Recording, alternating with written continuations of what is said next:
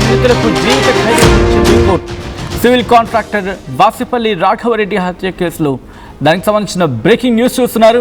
Here is on the screens of RTV. డేగా దయాకర్ రెడ్డితో సహా సివిల్ కాంట్రాక్టర్ వాసిపల్లి రాఘవరెడ్డి హత్య కేసులో డేగా దయాకర్ రెడ్డి సహా 7గురికి జీవిత ఖైదు విధించింది కోర్టు. జీవిత ఖైదు విధిస్తూ తీర్పునిచ్చింది. 2011లో తీవ్ర సంచలనం సృష్టించింది రాఘవరెడ్డి హత్య. రాఘవరెడ్డి సివిల్ ఇంజనీర్ అయిన 2011 డిసెంబర్ 13న రాపూరు చిట్వేల్ రోడ్లో కాంట్రాక్ట్ పనులను పరిశీలించేందుకు వెళ్ళి తిరిగి రాలేదు రాఘవరెడ్డి. దీంతో కుమారుడు కంప్లైంట్ చేశాడు. 2011లో ఇన్వెస్టిగేషన్ స్టార్ట్ అయింది. అండ్ 2011 డిసెంబర్ 19న కడప జిల్లా బద్వేల్ దగ్గర పెద్ద చెరువులో రాఘవరెడ్డి భౌతికాయం బయటకు వచ్చింది. అంటే రాఘవరెడ్డి భౌతికాయాన్ని అక్కడ గుర్తించడం జరిగింది. భౌతికాయం తేలకుండా నడుముకి బండరాయి కట్టి చెరువులో పడేసి వాహనం ఆనవాళ్ళు లేకుండా సాక్ష్యాలు చెరిపివేసే ప్రయత్నం జరిగింది. 15 ఏళ్ల సుదీర్ఘ విచారణ తర్వాత నిందితులు 7గురికి జీవిత ఖైదు విధించింది కోర్టు. తీర్పు వెలువరించారు గూడూరులోని 7వ అడిషనల్ జిల్లా సెషన్స్ కోర్ట్. అవును, 7వ అదనపు జిల్లా and sessions court. Detail information అందించేందుకు గయాజ్ సిద్ధంగా ఉన్నారు. గయాజ్, అసలు ఎలా గుర్తించారు? ఆ తర్వాత కోర్టు తీర్పునిస్తున్న సందర్భంలో ఎటువంటి కీలక అంశాన్ని ప్రస్తావించడం జరిగింది? గ్యాస్ నా మాట వినిపిస్తోందండి. గ్యాస్, కోర్టు తీర్పును వెలువరిస్తున్న సందర్భంలో ఇంకా ఎటువంటి అంశాన్ని ప్రస్తావించడం జరిగిందండి? సచిన్, ప్రధానంగా నెల్లూరు జిల్లాలో 14 ఏళ్ల క్రితం తీవ్రంగా సంచలనం సృష్టించిన సివిల్ కాంట్రాక్ట్ అయిన వాసిపల్లి రాఘవరెడ్డి హత్య కేసులో గూడూరు 7వ అదనపు జిల్లా సెషన్స్ న్యాయమూర్తి కీలక తీర్పు ఇవ్వడం జరిగింది. అయితే ఈ కేసులో మాజీ అదనపు ఎస్పీ మోపూరు కాళికా ప్రసాద్ రెడ్డితో పాటు డేగా దయాకర్ రెడ్డి మరో 7గురు జీవిత శిక్ష విధించడం జరిగింది. అయితే ఈ తీర్పుతో అంటే ఎవరైతే హత్యకు గావించబడిన కుటుంబ సభ్యులు వాళ్ళ బంధువులు మొత్తం హర్షం వ్యక్తపరుస్తూ ఉన్నారు. అదే విధంగా న్యాయం బతికే ఉందంటూ కూడా వాళ్ళంతా ఇది చేయడం జరుగుతుంది. అయితే ప్రధానంగా వాసుపల్లి రాఘవరెడ్డి అనే సివిల్ ఇంజనీర్, అతను కాంట్రాక్ట్ పనులు చేసుకుంటూ ఉండేవాడు. అతనికి ఆ ప్రాంతంలో గుర్తింపు కూడా ఉంది. 2011 డిసెంబర్ 13వ తేదీన రాపూర్ చిట్వేడు సమీపంలో ఇతను ఈ కాంట్రాక్ట్ పనులు నిర్వహిస్తున్నాడు. అయితే టాటా క్వాలిస్ కారులో అతను ఒక రోజు వెళ్ళడం జరిగింది. అయితే ఆయన ప్రధానంగా అతన్ని అక్కడ చంపేసి ఒక చెరువులో పడేయడము, అదేవిధంగా శవం బయటికి రాకుండా నీళ్లలో అతన్ని ఒక పెద్ద రాయి కట్టేసి నీళ్లలో వేయడం జరిగింది. అదే విధంగా కారు కూడా మాయం చేయడం జరిగింది. అప్పట్లో వాళ్ళ కొడుకు ఇచ్చిన ఫిర్యాదు మేరకు పోలీసులు కేసు నమోదుపరిచి దర్యాప్తు చేపట్టడం జరిగింది. అయితే ఈ దర్యాప్తులో ప్రధానంగా 7 మంది, అయితే ఎవరైతే అడిషనల్ ఎస్పీ ఉన్నాడో కాళికా ప్రసాద్ రెడ్డితో పాటు మరికొంతమంది 7 మందిపై కేసు నమోదు పరిచేయడం జరిగింది.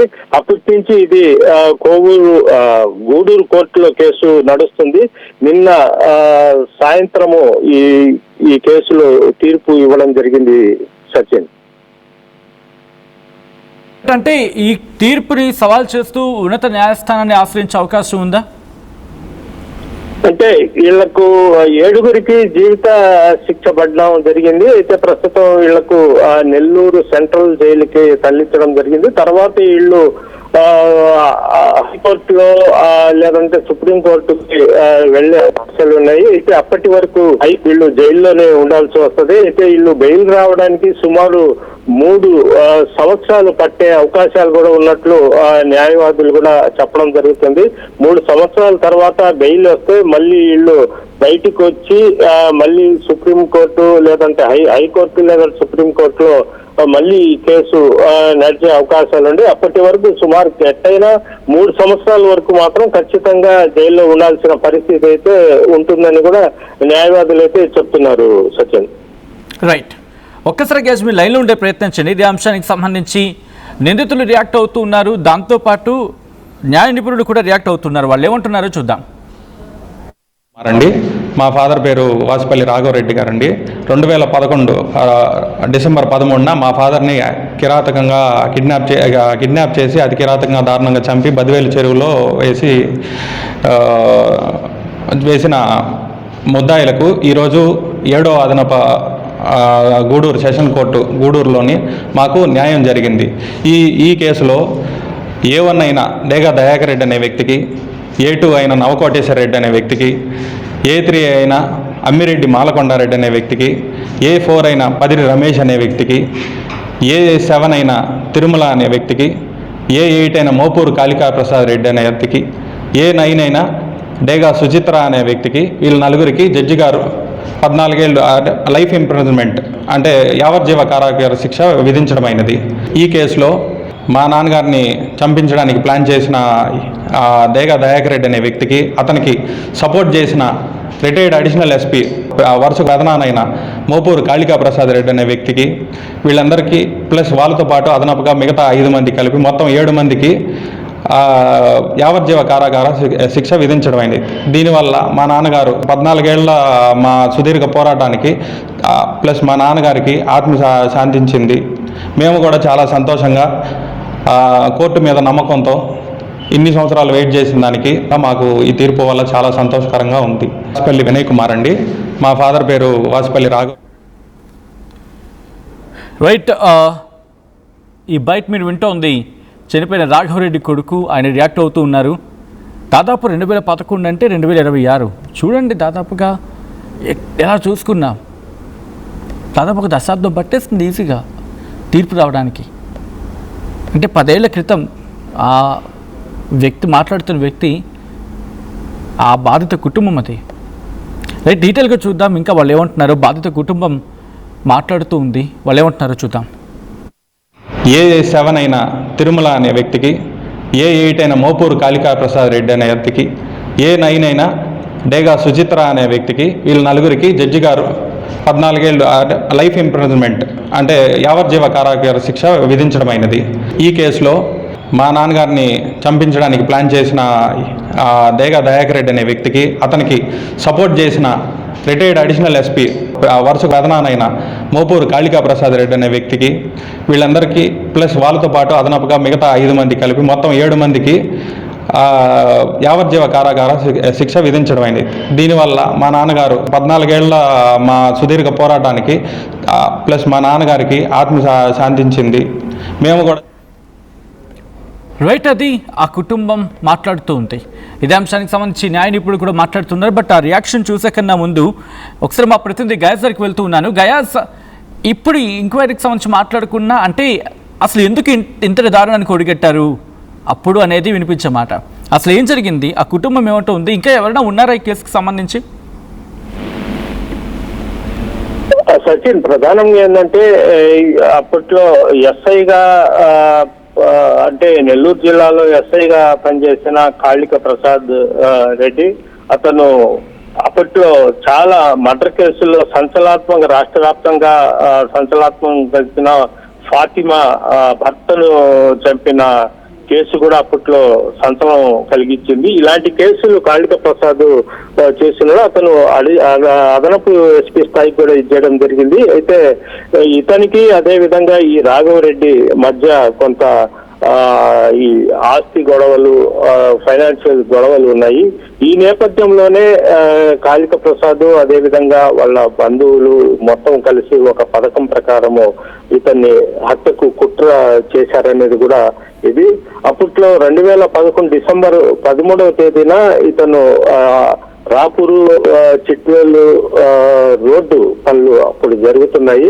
అయితే అవి పరిశీలించడానికి రాఘవరెడ్డి అటు వెళ్ళడము వీళ్ళంతా ముందుగానే పసిగట్టడం జరిగింది. అయితే రాఘవరెడ్డిని హతమారిస్తే చాలా వరకు ఒక కక్ష, వాళ్ళకుండే కక్షని చేసుకోవచ్చు అనే ఉద్దేశంతో వీళ్ళు ఒక పథకం ప్రకారము, అంటే కాళికా ప్రసాద్ రెడ్డి పోలీస్ ఆఫీసర్ కాబట్టి అతన్ని సలహాలు సూచనలు తీసుకుని ఒక పథకం ప్రకారము అతన్ని హత్య చేయడం జరిగింది. ఆ తర్వాత వాళ్ళ కుమారుడు ఎవరైతే చనిపోయిన వ్యక్తి రాఘవరెడ్డి కుమారుడుగా పోలీసులకు కంప్లైంట్ చేయడం జరిగింది. అప్పట్లో పోలీసులు ఈ కేసును దర్యాప్తు ప్రారంభించడం జరిగింది. అయితే అప్పట్లో అసలు 2-3 రోజుల వరకు అసలు మృతదేహం ఎక్కడ ఏంటనేది కూడా తెలియని పరిస్థితి. తర్వాత ఆలస్యంగా అంటే ఇది కడప జిల్లా బద్దివేలు వద్ద ఒక పెద్ద చెరువులో రాఘవరెడ్డి మృతదేహాన్ని వెలికి తీయడం జరిగింది. అది కూడా ఏంటంటే మృతదేహం పైకి తేలిపోకుండా నడుముకు కొబ్బరి తాడితో బండరాయిని కట్టి చెరువులో పడేసినట్లు ఉద్యోగులు. ఈ సలహా కూడా అడిషనల్ ఎస్పీ కాళికా ప్రసాద్ రెడ్డి ఇచ్చిన సలహా అని కూడా పోలీసు విచారణలో కూడా వెల్లడైనట్లు పోలీసులు ఎఫ్ఐఆర్ లో అదేవిధంగా ఛార్జ్ షీట్ లో కూడా నమోదు పరచడము జరిగింది. ఆ ఆనవాళ్లు మొత్తము A to Z అంటే దాని కథ రచయిత మొత్తము మనుషుల్ని పెట్టడము, ఎలా చంపాలా, చంపిన తర్వాత మృతదేహాన్ని ఏం చేయాలా, అదేవిధంగా ఆ వాహనాన్ని ఏం చేయాలా మొత్తము పోలీసు ట్రైన్ ఉపయోగించి చేయడం జరిగింది. అయితే పోలీసులు ఇది చాకచక్యంగా గుర్తించి తర్వాత వాళ్ళని కొంతమందిని అదుపులోకి అంటే మర్డర్ చేసిన కిల్లర్స్ ని అదుపులోకి తీసుకుంటే దీనికి మొత్తం సూత్రధారి కథ మొత్తం నడిపింది ఫలానా పోలీస్ అధికారి అని కూడా తేల్చడంతో అప్పుడు వరుసగా మొత్తం 7 మంది మీద కేసు నమోదు పరిచి చేయడం జరిగింది. అయితే ఈ కేసులో కాళిక ప్రసాద్ చాలా వరకు తప్పించుకునే ప్రయత్నాలు, చాలా రాజకీయ ఒత్తిడిలు, అదేవిధంగా అతను పోలీసు ఉన్నత స్థాయి అధికారి కాబట్టి పోలీసులకు చెప్పి తప్పించుకునే ప్రయత్నాలు చేశాడు. అయితే ఇతన్ని అవకాశం లేకుండా పోలీసులు అతన్ని పకడ్బందీగా ఇచ్చేయడంతో ఇతను కూడా ఈ కేసులో అయితే చిక్కడం, ఇప్పుడు శిక్ష పడడం జరిగింది. Satish right gas, thanks for the update. ఈ కథను మిమ్మల్ని కాస్త కలవరపరచొచ్చు, దీనికి సంబంధించి తగిన జాగ్రత్తలు తీసుకోవాలని RTV సూచించడం జరుగుతోంది. దిస్ ఈస్ డిస్టర్బింగ్ కాంటెంట్, వీరి డిస్క్రిప్షన్ ఇస్ హైలీ అడ్వైజ్డ్. ఇదే అంశానికి సంబంధించి న్యాయ నిపుణులు కూడా రియాక్ట్ అవుతూ ఉన్నారు. వాళ్ళు ఏమంటున్నారు ఇప్పుడు చూద్దాం. నమస్కారం. 2011 సంవత్సరంలో రాపూర్ పోలీస్ స్టేషన్ పరిధిలో రాఘవరెడ్డి అనే సివిల్ కాంట్రాక్టర్ని కిడ్నాప్ చేసి ఆ కేసులో ముద్దాయిలుగా 10 మంది ఉంటారు. ఆ 10 మందిలో డేగా దయాకర్ రెడ్డి, అలాగే మెయిన్ సూత్రధారి పాత్రధారి అయినటువంటి retired additional SP Mopuru Kalika Prasad Reddy A8గా ఉంటారు. వీళ్ళతో పాటు ఒక 8 మంది, మొత్తం కలిపి 10 మంది రాఘవరెడ్డిని కిడ్నాప్ చేసి కడప జిల్లా బద్వేల్ చెరువులో చంపేసి ఆ కేసు రాపూర్ పోలీస్ స్టేషన్లో నమోదవుతుంది. ఆ నమోదైన తర్వాత ఇన్ని రోజులకు గాను ఈరోజు గూడూరు గౌరవ న్యాయస్థానం అయినటువంటి గూడూరు 7వ అదనపు జిల్లా జడ్జి కోర్టులో విచారణలు, వాదనలు, ప్రాసిక్యూషన్ తరపున కానీ డిఫెన్స్ తరపున కానీ వాదనలు జరిగి ఈరోజు గౌరవ న్యాయమూర్తి దాంట్లో ఒక 2 వాళ్ళ మీద కేసు లేదన్నట్టు, అలాగే ఒక 7 మందికి యావజ్జీవ కారాగార శిక్ష మరియు ఆ యావజ్జీవ కారాగార శిక్షతో పాటు భారీ మొత్తాన్ని 49 లక్షల రూపాయలు ఫైన్ కట్టాలని చెప్పి ఈరోజు గౌరవ న్యాయమూర్తి తీర్పునిచ్చినారు.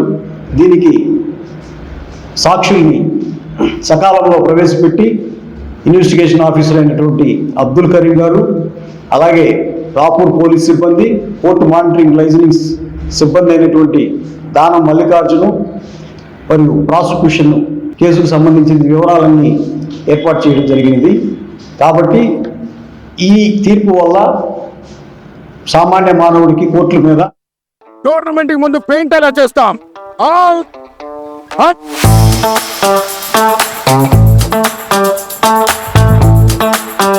ప్లాన్ అయితే చాలా బాగుంది సార్. స్టేడియం పరిస్థితి చూడండి. టోర్నమెంట్ ముందు పెయింట్ ఎలా చేస్తాం? టెక్నో పెయింట్స్ ఉందిగా. Techno paints, township, dam, stadium లేదా మనీళ్లు, పెయింట్స్ నుంచి పెయింటింగ్ వరకు పూర్తి సొల్యూషన్ కావాలంటే మేమున్నాం. కానీ సార్, టైంకి పూర్తవుతుందా?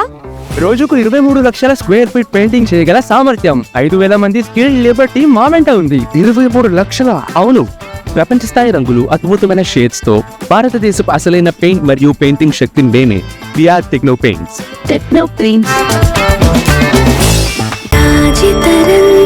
रजिताभरणम् Pure in its form with grace made noble.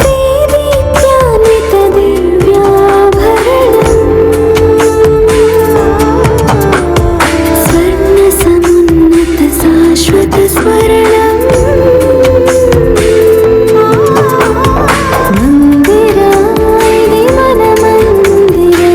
Mandira Premium Silver Jewelry by Manipali.